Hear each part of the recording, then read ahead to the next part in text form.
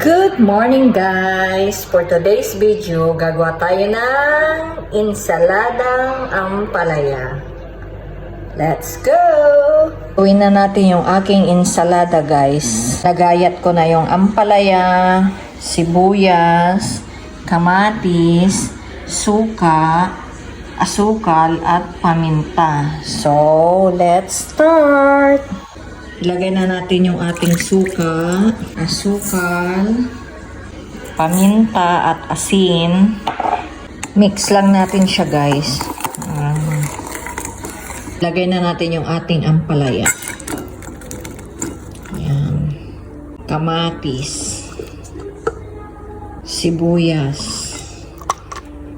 Mix lang natin siya with the vinaigrette.